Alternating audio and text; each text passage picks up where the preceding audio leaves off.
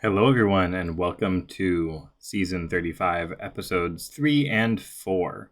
So in this war, we have not all that many fights, and pretty happy with how it went for the most part. So let's hop right in. This is Strike Counter Fury and Symbiote Supreme. This is pretty good placement, in my opinion. Symbiote Supreme is a global defender, and he gets very strange power.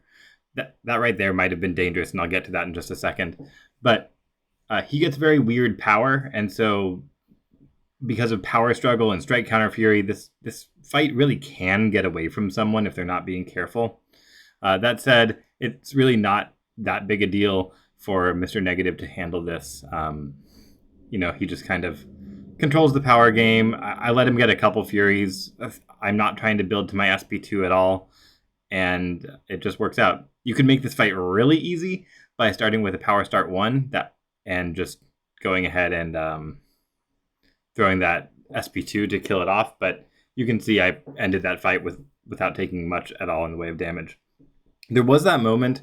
This is the thing that I do with Mr. Negative because I'm pretty comfortable with him, but maybe I wouldn't recommend to most people. There are times when I will hold my heavy and bait and evade and bait a dash, even when someone does have a bar of power. That can be dangerous if they throw that bar. But in this case, I had pretty full health. If he had thrown his special and it connected, I still don't think it would have been a big deal. But there's just a chance that he'll throw it. Anyway, I'm talking over this fight because this is a nothing fight. Yellowjacket is an annoying defender. In general, this is Power Focus 1, so if you're going to place Yellowjacket, it's about as good of placement as you can get.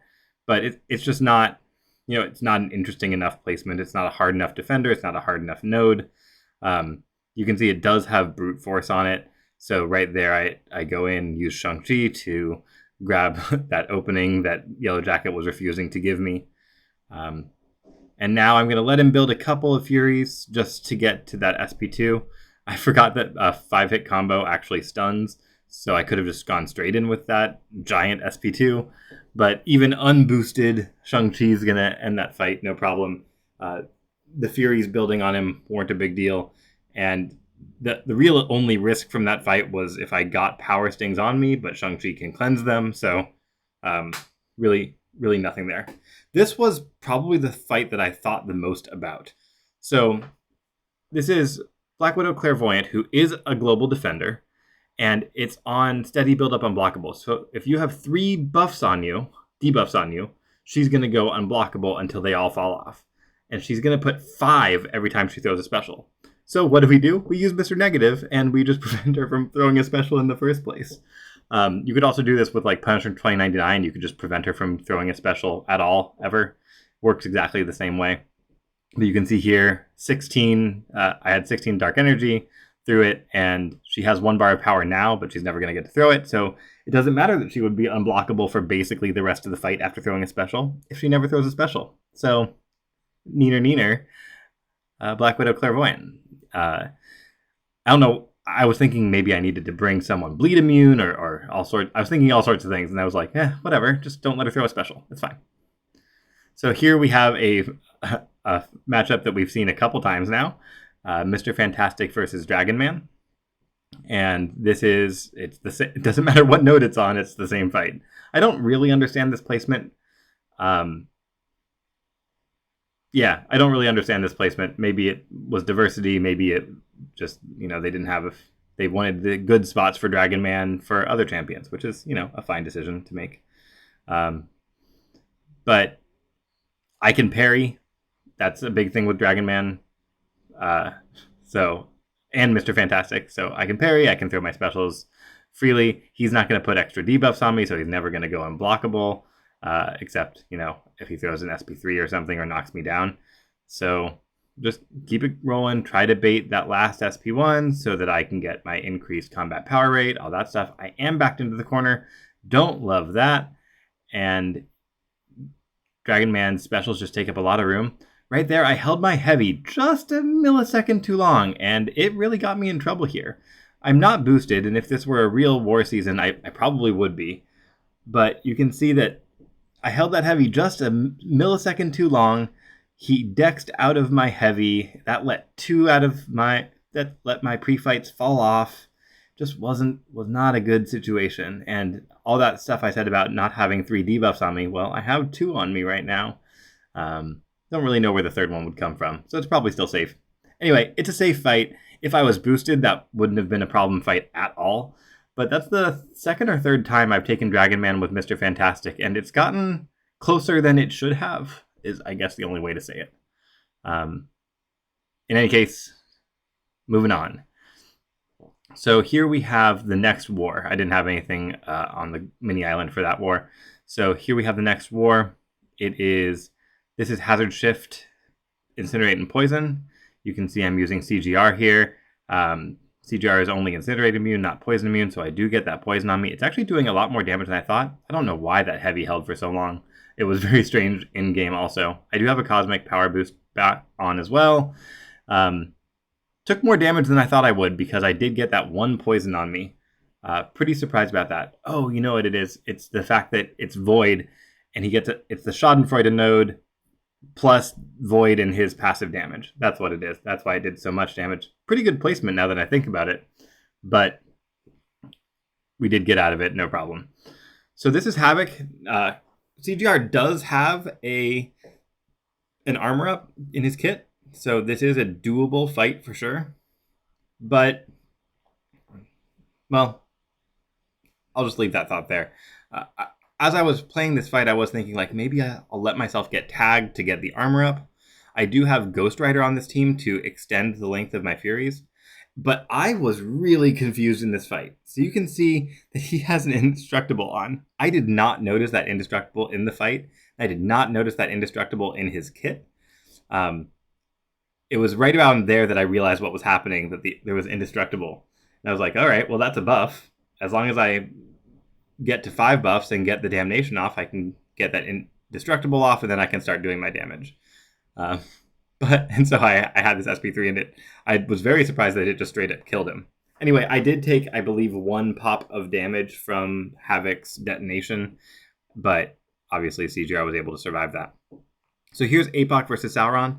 This is the fight I was most worried about. I brought Apoc to take on the Disorient node, the Stunning Reflection, the Window of Opportunity stun shared mini fight. But someone else took it, so I didn't end up using it for that, which felt a little bit silly for bringing Apoc, since that was why I brought him. But because I had that plan, I was planning to take Sauron with Apoc. It's not a bad matchup, but it's not, the perfect matchup. Right there, I didn't realize he was unblockable, so I did take a couple hits. Right there, I dashed in to try to interrupt his heavy. Not ideal. Dex that SP1, move on. Probably should have thrown an SP1 here to get the extra debuffs. Probably also should have refreshed those SP2 debuffs. That's what I was trying to do, was to interrupt the heavy. There is a window in the middle of his heavy where you can interrupt him. That's what I was trying to do. And here I did realize he was unblockable. Didn't want to get tagged again. Finish it off with the SP2. Ended up being a pretty safe fight as long as you can dex that SP1. Nimrod's a better counter, but with Spite, I was like, is Nimrod the best option? So ended up taking it with Apoc. Here, I have Apocalypse versus Spider-Ham. In this fight, this is Kinetic Transference, which is a decent placement for him. It's not a huge deal to just keep baiting SP1s with Spider-Ham, but if you do let him get to an SP2, like I will a couple times, that's a lot of hits on your block, and he gets a special back pretty quickly. So not a bad placement. So right there, that was a bunch of parries that you've seen that all of those were supposed to be parries, and none of them were parries. Pretty frustrating while I was in the game, but still in a decent position. And right around here, something happened in my house that I needed to go address. And so I kind of went all out aggro because I was like, I need to finish this fight, but I need to get somewhere right now. Loud sounds in my house with a small child, not an ideal situation. So I did start making some mistakes. I don't know what I would have done if this were a real war season where our team was trying to really push. You can see I got parried there, but Apocalypse saved me because he was stun immune.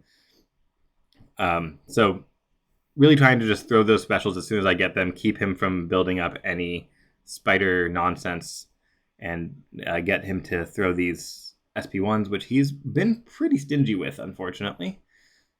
And now it's been like a minute or two since the loud sound in my house, and I was like, okay, we're not pushing. I need to just do this. So this is when I went full YOLO. You'll see in just a second. So I'm just trying to put my phone down. I need to put my phone down right now. In all honesty, this was probably not a time when I should have been playing if it were an important war. So you can see he throws his SP2, and I'm still like, I need to go. I need to get out of this fight. It's been 3 minutes since I needed to get out of this fight. So here I go full YOLO. I had like 2 porker poppers on me, and it was like, will this SP2 kill him? And the answer was no. So whatever, I died here. It's a game, and sometimes you need to take an L in the game. So I took an L in the game. Now we have Hazard Shift and Stun Immune, the mini boss Mysterio fight. Once again, CGR with a power back boost on here. So the strategy here, I have that Ghost Rider synergy, so I have a really long Vigilance to start with. I'm pretty sure I thought that was going to be an SP2, and it obviously wasn't. So now I'm just trying to wait out the poison phase, trying to reset my charges there while I'm waiting. So now I got my Vigilance back, so the fact that he's a global defender won't matter. Got up to 5 charges, so I don't push him over into danger territory. And then, just finish off the fight because power back got me the SP3. Pretty easy fight. Really not a lot of danger there. I guess it could have been dangerous if I got a couple poisons on me. Mysterio has some specials that you might need to dex or whatever, but it's a pretty safe fight, so you can always just reset your charges and come back. In the end, after this one, we are 19-2-2. It's not a record I love, but it's the one I've got. So there we go. See you in the next one.